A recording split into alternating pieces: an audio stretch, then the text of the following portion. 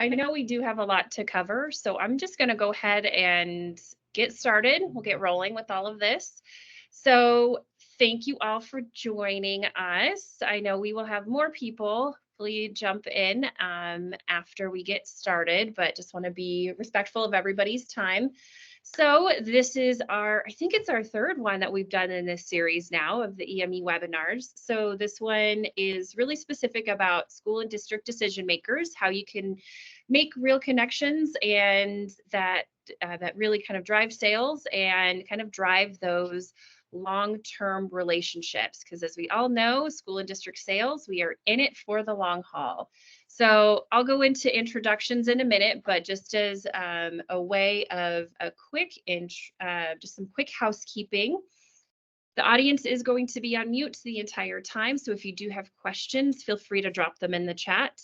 Everybody will be receiving the recording via the deck and the recording and the deck via email.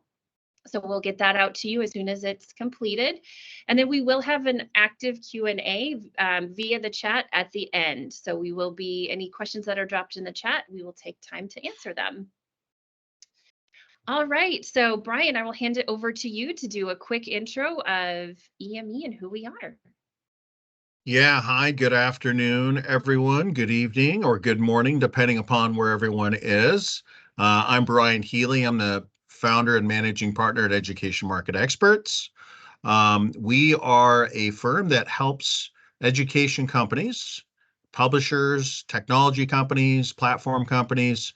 We help companies figure out how to grow in building and selling and servicing school clients throughout the U.S. and abroad.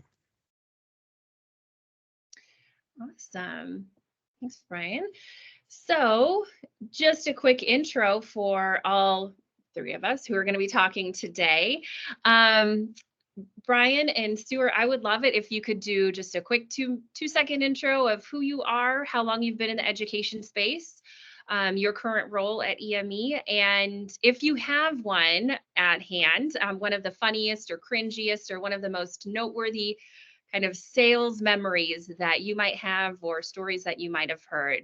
So Brian, I'll start with you. Yeah, great. Well, good to see everyone again. I'm Brian Healy.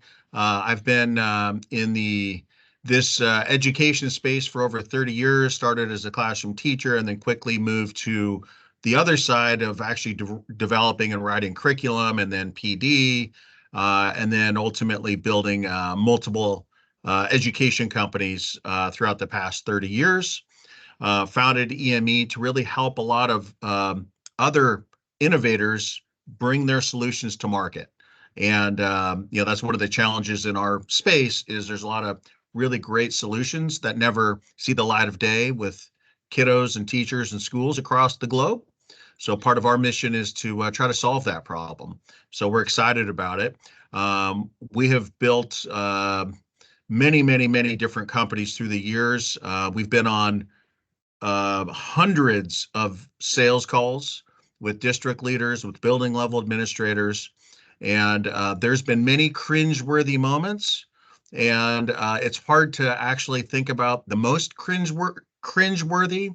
However, I will just say one of the most awkward moments was a superintendent asked me to sing my college fight song in front of the cabinet before a board meeting one time. So that was fairly cringeworthy, at least for me, because my voice is so bad. How about you, Stuart?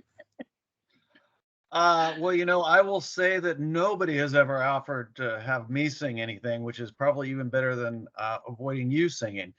My name's Stuart Packard. I am just recently retired in June of last year. I served 35 years in education and the last 12 as superintendent of the metropolis of Buttonwillow School District, 35 miles west of Bakersfield with 380 students. And I am past president of the Small School Districts Association for California, as well as a member of the National Rural Education Association. So, a cringeworthy experience. I would just have to say that it would have to be when somebody picks up the phone, asks for the superintendent, and then when I say I am the superintendent, they kind of just, oh my gosh, I'm speaking to the superintendent. Um, but in a small district, I told them, don't worry about it. You don't usually get the superintendent on the phone, and nothing really good happens after 4:30, anyways. So ended up hiring that company. So that was not cringeworthy, but it was a good story. Awesome. I love it. I love that example too, because you never know when you're going to get a conversation with somebody or a potential conversation. So you always got to be on your toes. So I'm Suzanne. I'm facilitating everything today. I am the VP of Marketing here at Education Market Experts. My background's heavy in nonprofit, always wanted to make a difference in the world, and I moved into the education space almost a decade ago now. And I love the work that we get to do because I feel like we get to interact with so many different companies and organizations who are still doing amazing things to better our teachers, our students, and just in general, the world around us. So I still get that kind of kumbaya moment. I was in marketing and sales for a publishing company, and one of the stories that I heard, it was after I was had stopped by a district office and just chatting with one of the admins who was in the office, and she said, "Oh my goodness, I have this story for you." And I said, "Oh, what?" But I guess there had been a kind of a little more like a pushy used car salesman type of salesperson who had been in there the week before, ended up parking illegally and ended up having to get pulled out of the meeting that they were in with the district admin. And the meeting ended, and then they had to move their car, otherwise it would have been towed and it was ticketed. And so it was one of those, it was a little bit like, oh no, that's not good. So yeah, just make sure you're always aware of your surroundings and don't park illegally. Otherwise, it could very much end a meeting very quickly. So just that always sticks in my brain whenever I worry about where am I parking, especially in some of these urban areas. You're never sure. All right. So, just what are we going to cover today? Oops, excuse me. So, just a quick run through. We're going to start with the kind of top list of things not to do. We did solicit just some ideas from other individuals, things that they had seen, things that we had seen, things that we had experienced ourselves, things that we've done wrong. So we're going to start with that top list. And then we're going to kind of follow the sales process. So we're going to talk about what do you do when you're tailoring your initial outreach? How do you kind of really get that honed in? How do you move on to get more traction? How do you kind of make a difference with gatekeepers? From there, how do you turn that positive contact into sales? And then it's all about the long-term relationships, especially in the K-12 space. So how do you continue to build those long-term relationships? We're then going to end with a quick recap. We'll talk about some next steps and some upcoming things that EME has on the docket, and then we'll do our quick Q&A. Brian or Stuart, anything to add? I think you All got it right. covered really well there. All right. So we started with the top 5, then we went to the top 10, then we were like, man, there's too many things not to do. So the top 15-ish things not to do before, during, and after. So again, these are things that we encountered either ourselves, but it's basically anything in the wild when we're out there selling to the schools and districts. We're going to run through these really quickly, and then we're going to dig deeper into some of the before, during, and after, kind of how we laid it out in the last slide. But the first one on the before, don't skip your homework. You need to know what's going on in the district. Don't have an inflated kind of we call it a product ego. We know, especially founders, you all love your product or service, but schools and districts, they have a lot of things that they're also utilizing. So just because they hear from you doesn't mean that they're going to switch right away, and it doesn't mean that yours is they're perceptually the best thing out there. Don't hide behind your phone and email. They cannot stress the importance of getting in front of people, either stopping by the school or district office with a good excuse, or getting in front of people at conferences or events. Make sure that your size and solution is aligned with the size and solution of the school or district that you're at. If you're at a small school district, don't talk about all the great things that you're doing in like LAUSD or Miami-Dade. Match the size of your solution with the size of the district. Don't ignore other decision makers. We'll talk a lot about this. And the biggest thing is everybody always wants to go to the superintendent. That might not be the right person. In some cases it is, but in other cases it's not. Brian or Stuart, anything to add on the before? You got a good coverage there. All right. So during, again, some of these might seem very, very obvious, but these are all things that we've experienced. Don't be rude. Don't be rude to anybody. Don't be rude to anybody as you're pulling up. If you're within a 5-mile radius of your meeting, maybe drive a little bit safer, a little bit nicer. Be nice to people in the parking lot. Stuart has some great stories about those. But don't be rude to anybody. They are all influencers and they all talk to everybody. Don't hound anyone. We're not selling ShamWows at the county fair. We are not those hucksters. We have good products and services. Don't hound people. Don't ignore the contextual clues. We'll get into this in a little bit more detail, but I think the best example is, don't approach people if it's the first day of school or the first week of school. Like they're just trying to get their schools opened and get people in the doors. Likewise, if there's a news van outside, probably not the best time to go visit a school or district because something's probably going down. So pay attention to those contexts. Don't be countercultural. Stuart has some good examples of this later, but you need to match the vibe of the school or district office that you're going into. So if they are buttoned down, laced up, they are 3-piece suits, you need to kind of approach them like that. Likewise, if they're a little bit more casual, a little bit more laid back, you don't need to be showing up with a 3-piece suit acting like you are from a Fortune 500 company. So make sure that you're matching those counters and those cultures and those vibes. Can't ignore the purchasing process. That's super important. And you can't disrespect your own reputation. And this is so important, especially in education sales, because we do find a lot of salespeople, they might not be at the same company for a super long time, but they do stay in education sales in general. So this is important to make sure that you are continuing to, you're not just selling your product or service, you are also selling yourself and your reputation. Stuart or Brian, anything else to add on the during?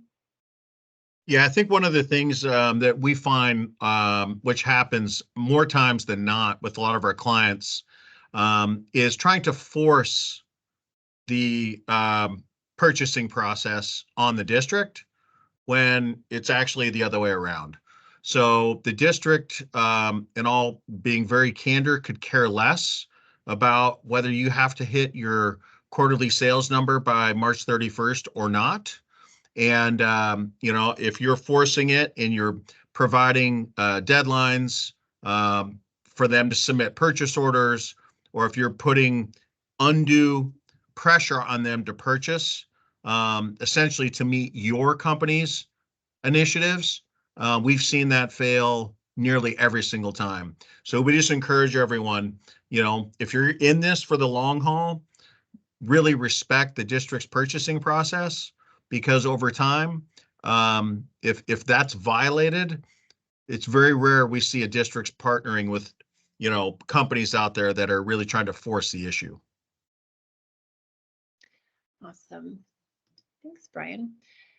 2 other things on this during that I forgot that were on here too, but they're kind of related.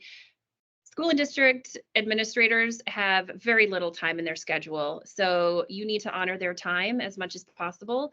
And along with that, if you do get in front of them, you should not be talking the whole time and pitching your story and pitching your product or service. We coach our clients that if you are talking more than your potential customer is, you are losing. So you need to be asking those high gain questions and really doing a lot of deeper discovery and not just pitching the whole time. All right, so a couple things after. So one of the things is don't ignore your contacts. Don't just say, okay, great, thank you for buying. And then a month before it's time to renew, say, oh, hey, I'm here again. Are you ready to renew? You need to make sure that you are having continuous conversations with your contacts. The other thing, and Brian, this is something that you and I talked about just before this call, is don't break up with your non-buyers. So do you want to talk about that a little bit? Yeah, sure. Remember, the name of the game in this industry is making real connections, right? With either building level administrators or district level administrators. And even though they may say no today for this year or for next year, that doesn't necessarily mean that they're going to be a no forever, right? So even though they said no to you and you're crushed and you're deflated and you're not sure how you're going to go back to your boss or your board or your banker with the bad news, we just encourage everyone, if you're going to be in this for the long haul, respect the decision, but just don't break up with them because they said no. Make sure to keep them on your within your CRM. Continue outreach, a couple times a year, because we have seen this. I have personally experienced this dozens of times, where ultimately, if they like you, they eventually trust you, and if they trust you, they'll buy from you. And even though they're not buying this year, in subsequent years they will. And as you guys know, the other thing is, a lot of people, the average tenure for most district level administrators is anywhere from 3 to 4 years. So if they're moving every 4 years, moving on to a new district, it's always nice, right? When they remember you and they bring you along. So just encourage everyone, don't break up with folks just because they didn't buy from you this year. Awesome. Okay. So where to start? So one of the things that we want to make sure is that you're tailoring your outreach. The one of the biggest mistakes that we see is people just shove a bunch of emails out to superintendents. They say all the same thing, no matter where they're at geographically, and then they're like, "Well, we did a bunch of email marketing and we're not getting any traction." Well, that's because this is a people to people game. You need to stay meaningful and top of mind, and you need to demonstrate value. So, how do you do that? Stuart, I'm going to let you go into some of this as far as kind of knowing your district. And actually, hang on, Brian, we kind of messed this up a little bit. We made some adjustments. Brian, I'm going to let you talk about the first bullet point, knowing yourself. Yeah. So this is kind of the classic mistake that we see a lot of more earlier stage education companies make. And really, it's looking in the mirror and really understanding what is your offering and who is your actual real decision maker. Are you a building level solution or are you a district level solution? Well, oftentimes you'll say, well, clearly we're a district level solution. However, at that stage of maturation where you're at with that relationship with that district, are you going to be doing a land and expand strategy? So if you're not a district-wide solution at the moment, it's really more of a building level strategy. So knowing where you're at in your sales cycle with each district is really important, because your building level strategy is going to be significantly different than your district level strategy. So knowing yourself, knowing where you're at in the sales cycle with each district, probably the most important thing before you then begin your outreach efforts. Awesome. So now I will transition it over to Stuart about knowing your district, doing your homework, prepping like it's a job interview. Well, much like Brian just alluded to and had said that, know whether you're a building or a district-wide decision, you need to know that district. And maybe it is just the school site you need to know initially. But the reality is, if you know something about the school and or the district, it's important because you're going to want to know when to call them. I mentioned earlier the person calling me at 4:30. The secretaries went home at 4:30. I just happened to answer the phone because I feel like it was a necessity. But generally speaking, there's not a lot of good that happens at 4:30. By then, we've already answered those questions. Know the starting time of the school too, because when those kids are starting to arrive at school, superintendents in small districts, district level people, they may be out at districts observing those districts that they work with or those school sites within their district. And they want to be with the students, they want to be with the families because that's our face time with those particular individuals coming onto the campus. Um, Before you go to a school for the first time, really check out their district and or their school website. Find out what's going on. Find out what's happening about the district. Find out news that's happening. Know what's going on in the community. That's a really important piece to identify what's going on. Also, know the school board. We're in a time of extreme politics within our education system. And there's a lot from the left, there's a lot from the right. And you need to know where that board stands on certain things as well. So that's really a crucial piece. It's not saying whether the left or the right is right or wrong, but what it's saying is just know who you're going to be reaching out to. Mhm. Awesome. Thanks, Stuart. So we alluded to this in the last slide, but knowing who the decision makers are, everybody always wants to get in front of the superintendents.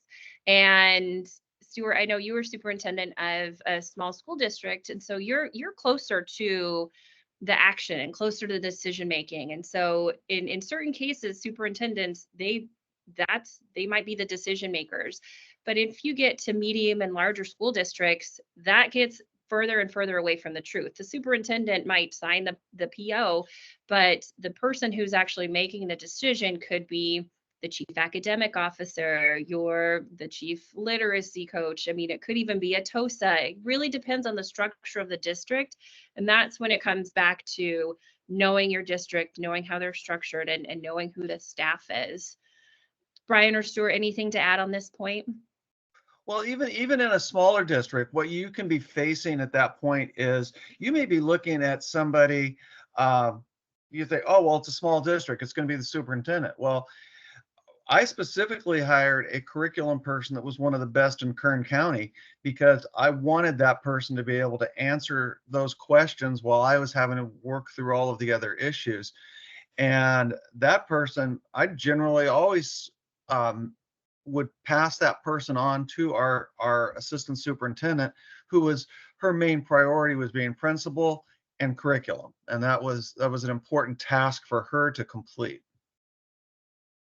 Perfect. Yeah, it's good to know. Yeah, yeah. And again, as this is starting through the superintendent. Obviously, that's on the top of everybody's wish list, but that's not the reality in terms of scaling organizations to a national level. So I get identifying. So if it really is a curriculum solution, we see lots of curriculum coordinators, curriculum directors, assistant soup of educational services. Those types of titles are typically the ones to get on board first and foremost.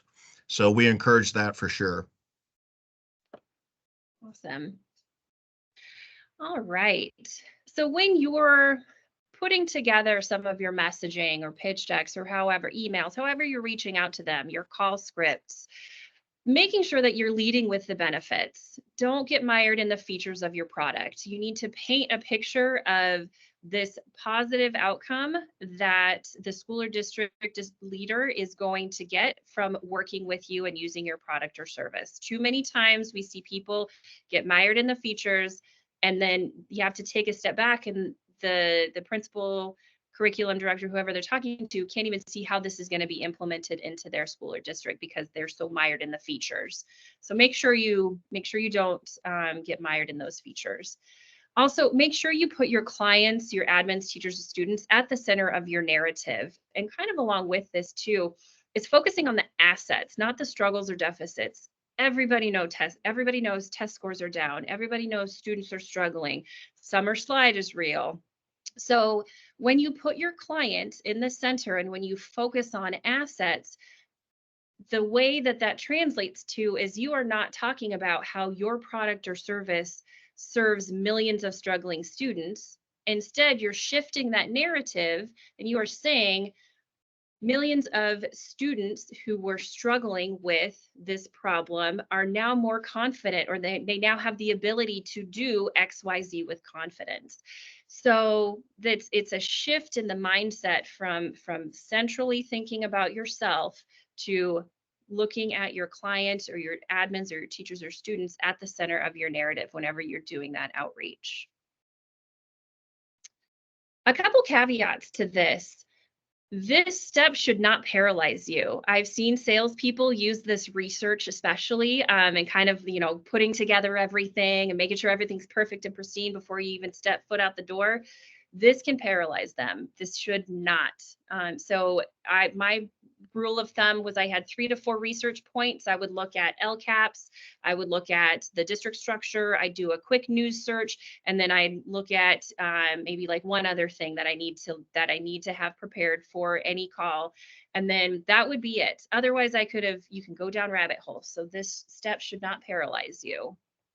And the other thing too is use AI tools to help you. Use AI to help you write your emails, craft your scripts, craft your pitch decks. Like, there are so many tools out there that can take those mundane tasks that you labor over so many times and just push them out there. You can't trust them 100%. You need to still have eyes on it before you push it out into the world, but use those to help you and to supplement your work. Brian or Stuart, anything to add on this one? No, I think you've done a really good job of covering those things. So very good. Just one last thing on the tailoring your outreach. The other best practice that we work with many of our clients on is there's really kind of two methods. You've got one-to-one, and that's kind of the core focus of what today is all about, making a real connection. So one-to-one outreach, you have full control over messaging, narrative, timing, all of it, which is great. But also you have one-to-many. So as you begin to scale, you're going to have to pick up, become more efficient. So when you get into your tailored outreach and you're segmenting your district versus building level versus titles versus size versus test scores, there's a lot of segmentation that potentially could happen. And so tailoring your outreach to your specific segmented audiences, that could become challenging. So, however, it's imperative that you do it, especially from your sales efficiency standpoint. So one-to-one is much easier than one-to-many, but utilizing both methods, certainly a best practice for top performing educational building and district level sales execs. I like it. Awesome. All right. So you've tailored your message. You kind of know what you want to say, how you want to say it. You're starting to do your cold calls. How do you, and just starting to, kind of take over more of this. How do you get more traction? So how do you win over those gatekeepers? How do you make a great impression without coming across as a used car salesman or being annoying?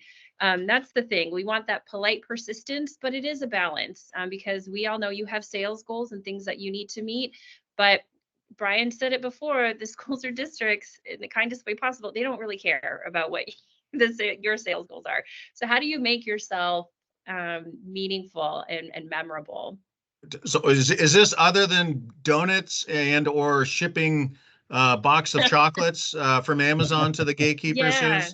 Yeah, I mean that only goes so far. My go-to is, nothing bundt cakes. Those are always good too.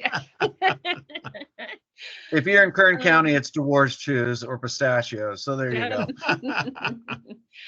I love it.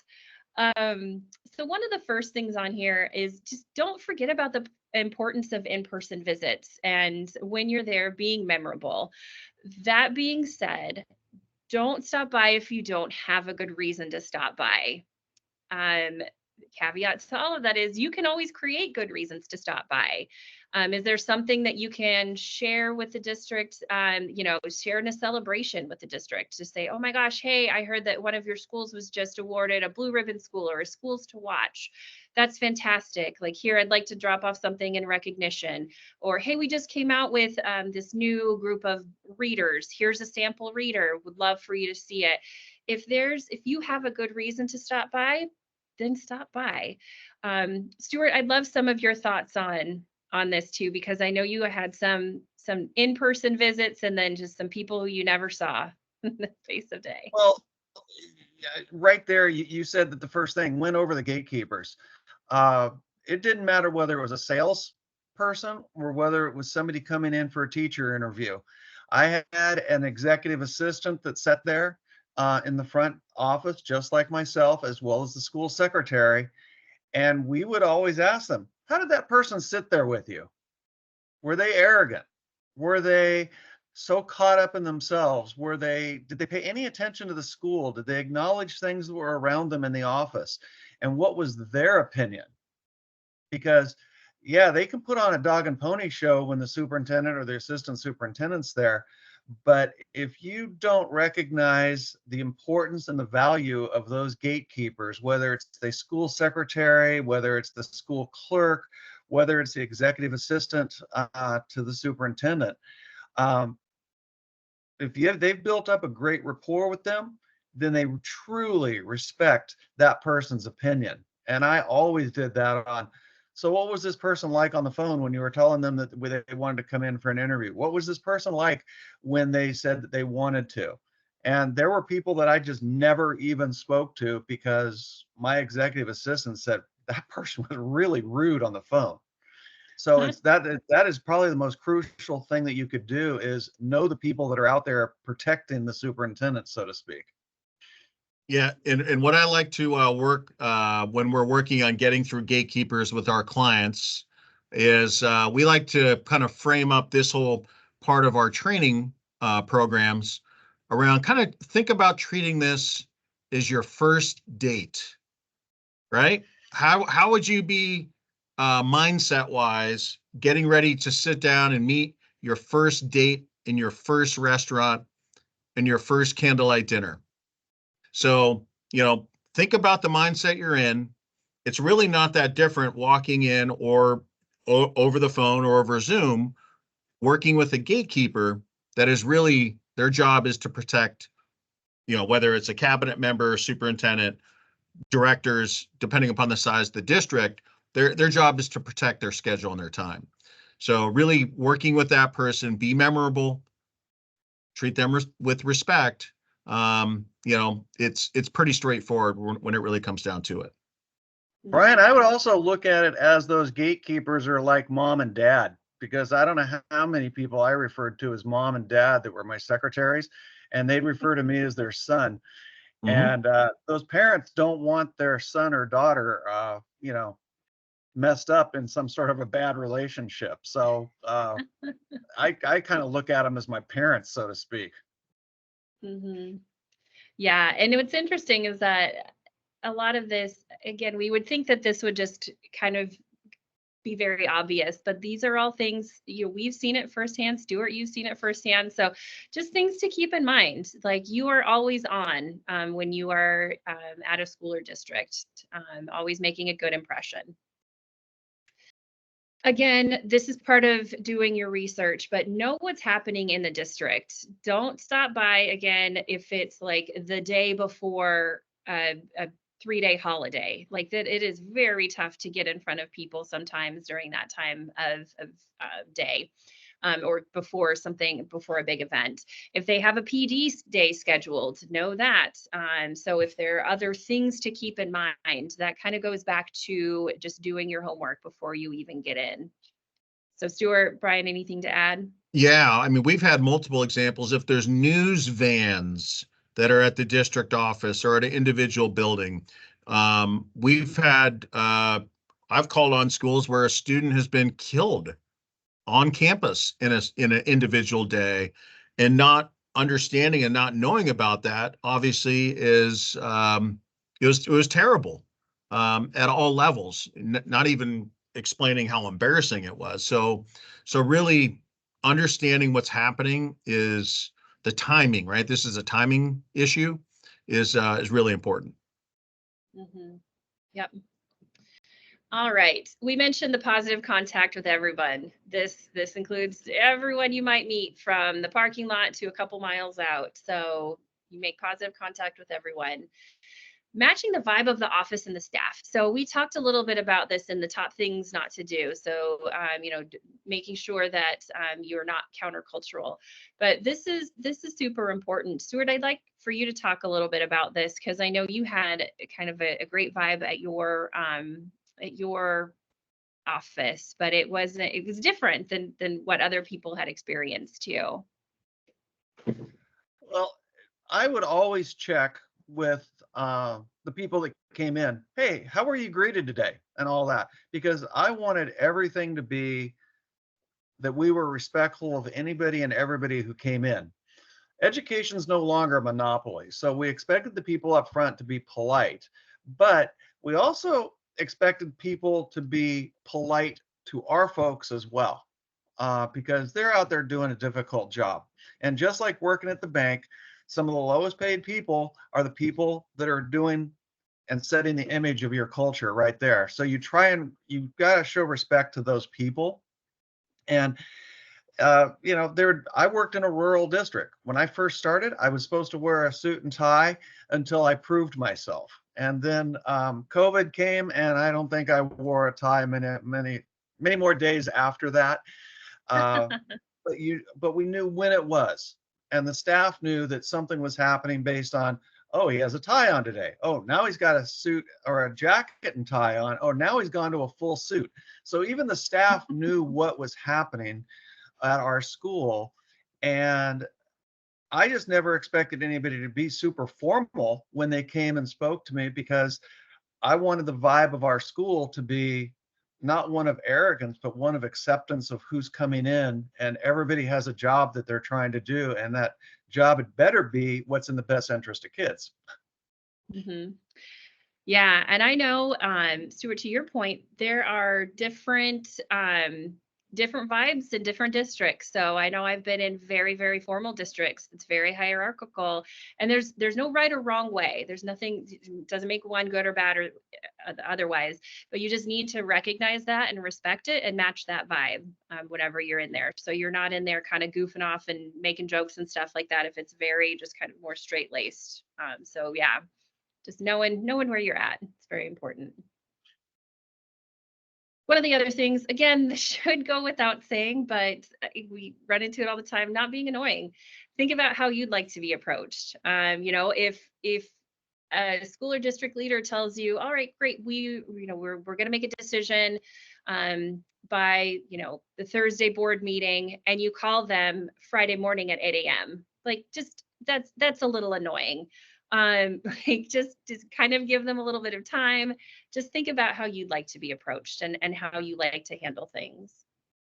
A couple of caveats and other things to think about. One of the things that we always talk about is in-person events. So we talk about getting traction, and this a lot again is on the one-to-one side that Brian talks about. You have an opportunity with in-person events to have some of these one-to-one conversations that you don't necessarily get when you're kind of out doing regular marketing and sales. But a couple of the things that we see at in-person events that help you get even more traction is getting out from behind your table.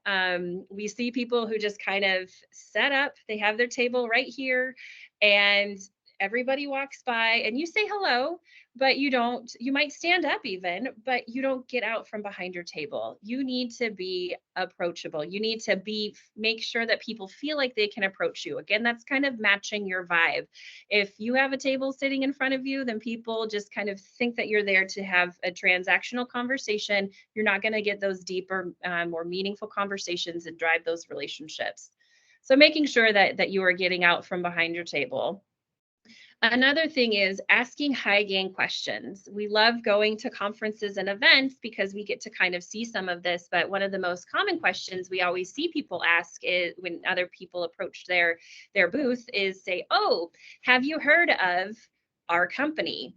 And that is not a high gain question. And that's not a good question to ask because people are either going to lie to you and tell you that they have heard of your company. And then you kind of launch into some, oh yeah, how have you heard of us? Blah, blah, blah. And then they're going to lie even more. And then they're like, I got to get away because I lied so much. This nice person. Or they're going to say, oh no, I haven't heard of you. And then you just automatically launch into your pitch.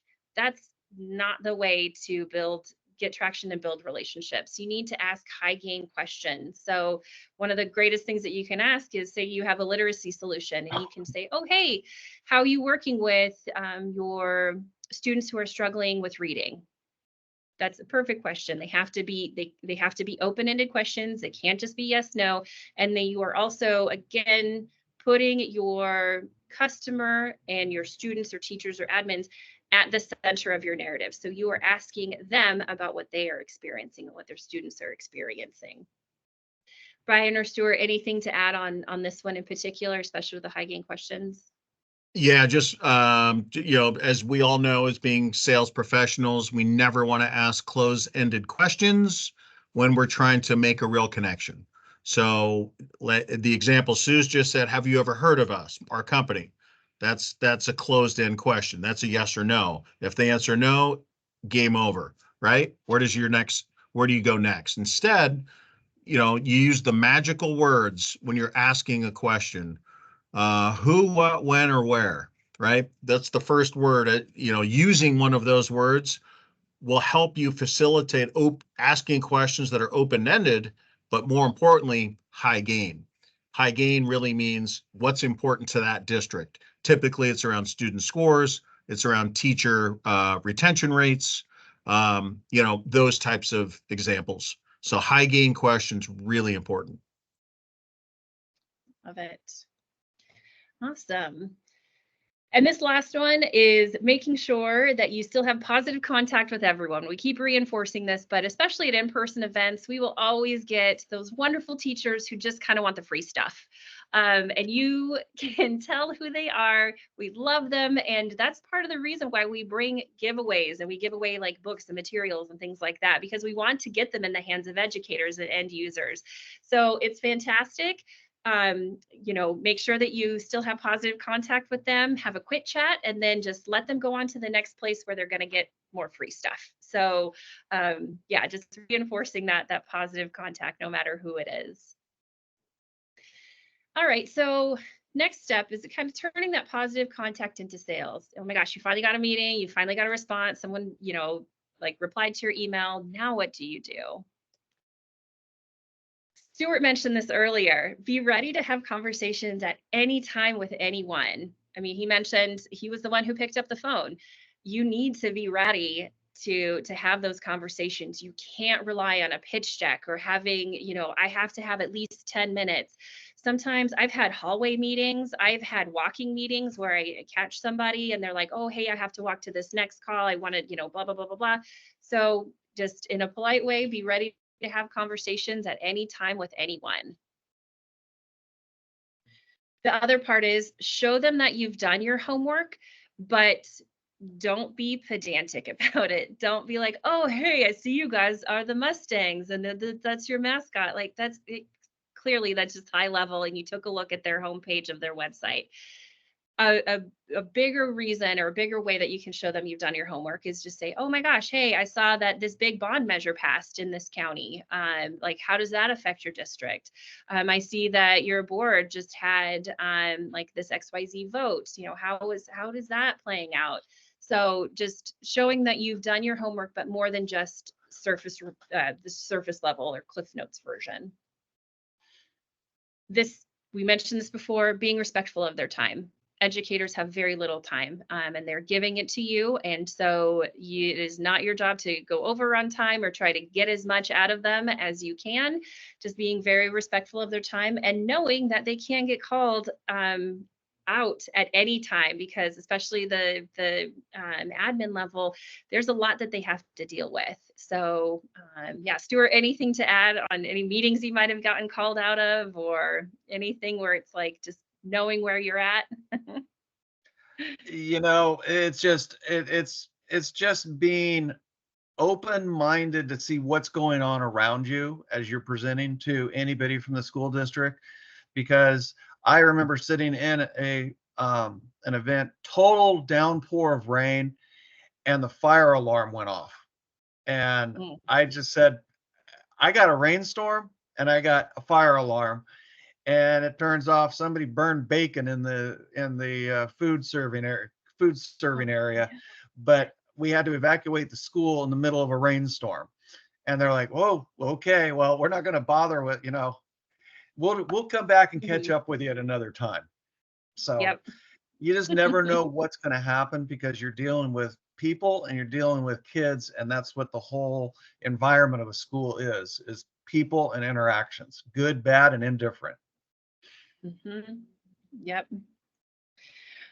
The other thing that you can do is name drop, but in a good way. You're not trying to show, again, this kind of goes back to what we were talking about. Small school district. Don't talk about LAUSD or Chicago Public Schools or New York City Public Schools. If you're talking to a school in Texas, they probably don't really care about that. But if there's a neighboring school district who is using your product or service, or a school of or district of a similar size or demographic who's using your product or service, that's where you can name drop in a good way. Just again, matching the size of your solution with the size of the district and the scope of what you can do. Along with this, having referral resources ahead of time. So if you do say, oh, hey, yeah, XYZ person from this school district is using this product or solution, if it's possible, make sure you have them ready to be able to vouch for you and your product or service. Stuart, I know you had talked a little bit about this when we were discussing this slide in particular. Anything to add? You know, the idea happens when small districts. I can remember one person telling me, "It's not worth my time to work with you." Well, uh, when somebody says that to me, because my school was small, my kids still deserve every opportunity to have everything that anybody else has. And I remember telling that person, I said, "Well, okay, well, if that's the way you feel, well, that person's comments have made it to other people that I work with, and you don't know what those connections of people are." Um, I mean, I was in Buttonwillow School District. Nobody's ever heard of it. They think it's a cute name, but yet, as superintendent, I knew 625 small school district superintendents across the state, let alone other executive directors in other states. Now, all of a sudden, that little ripple effect can really fully impact you if you come across and say, "Oh, well, you're not big enough to make a difference for me." Well, I wonder how many times I had to say that I wouldn't work with this person again in my life, Hmm. and how often that made it out to somebody else. So, Yeah. I feel like educators are so good at networking that I feel like you rely on your networks of other superintendents, other kind of similar sized districts, or even just similar roles. I feel like there's so many different conferences, events where everybody networks and everybody talks. So that's super important to keep in mind. So don't never burn any bridges. A couple things around funding. If it's possible, help them find funding. If there's a school or district who is using your product or service and they have found, especially if it's a unique kind of source of funding, or if there's multiple ways to fund your product or service, mention that when you're talking with the school or district admins. So just helping them find funding for something it can be very, very valuable. I do have a caveat to that in a minute or two that I'll talk about, but that can be something that can provide a lot of added value. And then staying in touch, but don't be annoying. Just providing value at each touch point, whether it's an interesting article. Again, we talked about just kind of staying top of mind, just checking in, just saying, hey, I'm going to be in the area. Just wanted to pop in, say, hey, just kind of see what's going on with the school or district. But again, not being annoying. And this goes back to Brian's point of don't break up with people. They might have just said, okay, yeah, we're not ready yet, but check back in 6 months, and don't check back at 6 months and one day and just say, oh, hey, my CRM just popped up and told me that I need to check in with you. Like, you need to have kind of just conscious, thoughtful touch points throughout your relationship with them. Brian or Stuart, anything to add on in any of these? Just again, best practices. All of our clients that have experienced the 10x factor, 10x growth over a short window of time. The number one reason is referrals. So if you're doing it and you're doing it right, and you're in it for the long haul, and you're all about making real connections, you're going to get a strong referral base, which is the gold, right? The gold in them hills. It's all about referrals, because referrals are the key that drives organic growth. And the next thing we're going to be talking about is, how are you getting feedback from both your current customers, whether it's district or building administrators, but even more importantly, from those that aren't your customers, the ones that have said no, the ones that said we're not ready yet. How are you soliciting feedback from them? Are you actually listening to the feedback from them?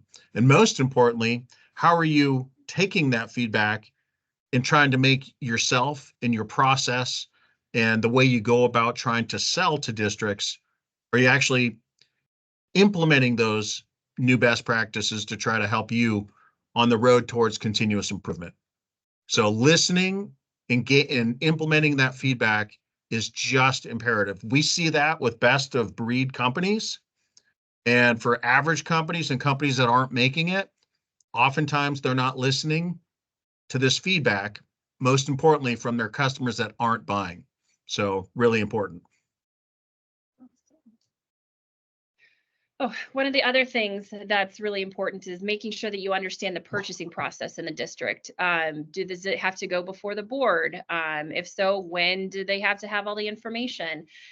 Who needs to sign the PO? Who needs to review the PO? That's very important. And the reason it is because you want to make sure that you're not missing any steps, and you want to make sure that you don't get missed in general, that you don't miss any big deadlines too, because then that can push things to another month or to another school year. So making sure you understand that, but in a good way. Don't be annoying. Don't be like, do you need me to pick this up and drop it off? Like, just understand. And so that way, if it's hung up somewhere, you might be able to help move it along.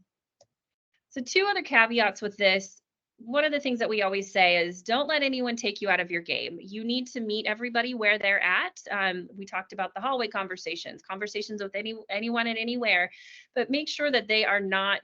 I mean, you still need to guide those conversations, and don't let them kind of go down the wrong path. So make sure you don't let anyone take you out of your game. And the caveat to finding funding, nobody really likes to be told how to spend their money. So it's great if you can help them find funding and mention that, hey, other schools have used XYZ funds, or we've seen some competitive grants that are available, this, and that. But at the end of the day, really nobody likes to be told how to spend their money. So making sure that you're being conscious of that. So one of the last things is just being conscious of time. We only have a couple more minutes. Is we've mentioned it throughout. This is a long game. K-12 sales, you're in it for the long haul. And you need to be able to grow your individual accounts, kind of nurture and grow those, get referrals, and then just kind of continue to grow and scale. There are great ways to do that. That's why I love working in this industry, because you're working with educators and you have fantastic products, and you can feel good about what you're doing while you're doing it. Mentioned that you're in it for the long haul. We talked about your reputation traveling with you. You might not work at this same company for forever, but Stuart's mentioned it, I've mentioned it. You might still work in education with a different company. So hopefully you have built a really good, solid reputation. You've not been disingenuous. You are like, you can stand on your own 2 feet. Brian mentioned this in the last slide, soliciting continuous feedback and implementing that. So Brian, anything to add? Yeah, again, referrals are the lifeline for organic growth. And the best way for organic growth is to make referrals happen. So a system that or a methodology we like to use, we implement at multiple of our clients' companies it's a methodology called a Net Promoter Score, NPS. So Fred Reichelt is the author of this.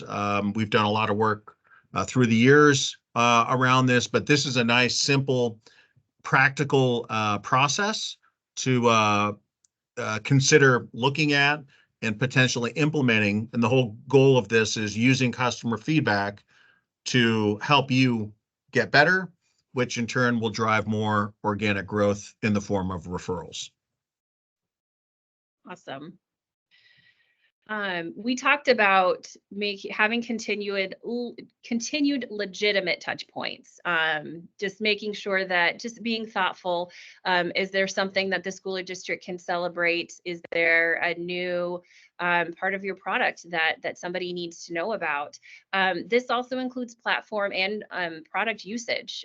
Making sure that you or somebody in your company is monitoring their usage and just saying, hey, you know what? I see that you've only got like one classroom uploaded. What can we do to make sure that you're implementing this school wide? There's nothing worse than getting something into a school and then just having it sit on the shelf.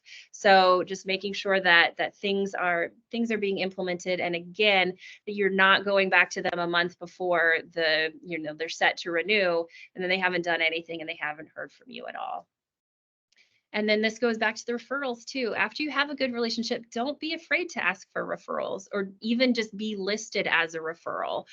Sometimes schools and districts can't do that, but a lot of times they can. They can at least say, yes, I can vouch for your product or service. All right. So that is the basically end of what we have. This is a little bit more spelled out version of the top 15-ish things not to do. Just looking at quick at time, just to give you some things that we have coming up. So we do have, EME has our Education Innovation Labs. We do have one coming up in the Northeast that will be held just outside of Boston at the beginning of May. We have these with partner organizations throughout the country. So if you're interested, please be sure to contact us. We are very excited about this. This is a fantastic way to get in front of a group of school and district decision makers who are looking for innovation in their respective areas. We also do have other upcoming webinars, so be sure to check those out. We'll be sending out information as each date gets closer. All right, at this point we move to Q&A, but I don't believe we do have any Q&A at this point. So I'm going to go ahead and stop sharing my screen. I'm going to say thank you to everybody who attended or who listened to the recording afterward. And yeah, feel free to reach out to us if you have any questions or if you need any additional information. All right, thanks everyone. Thanks everyone. I'm going to go ahead and end the meeting. Thank you, everybody. Take care.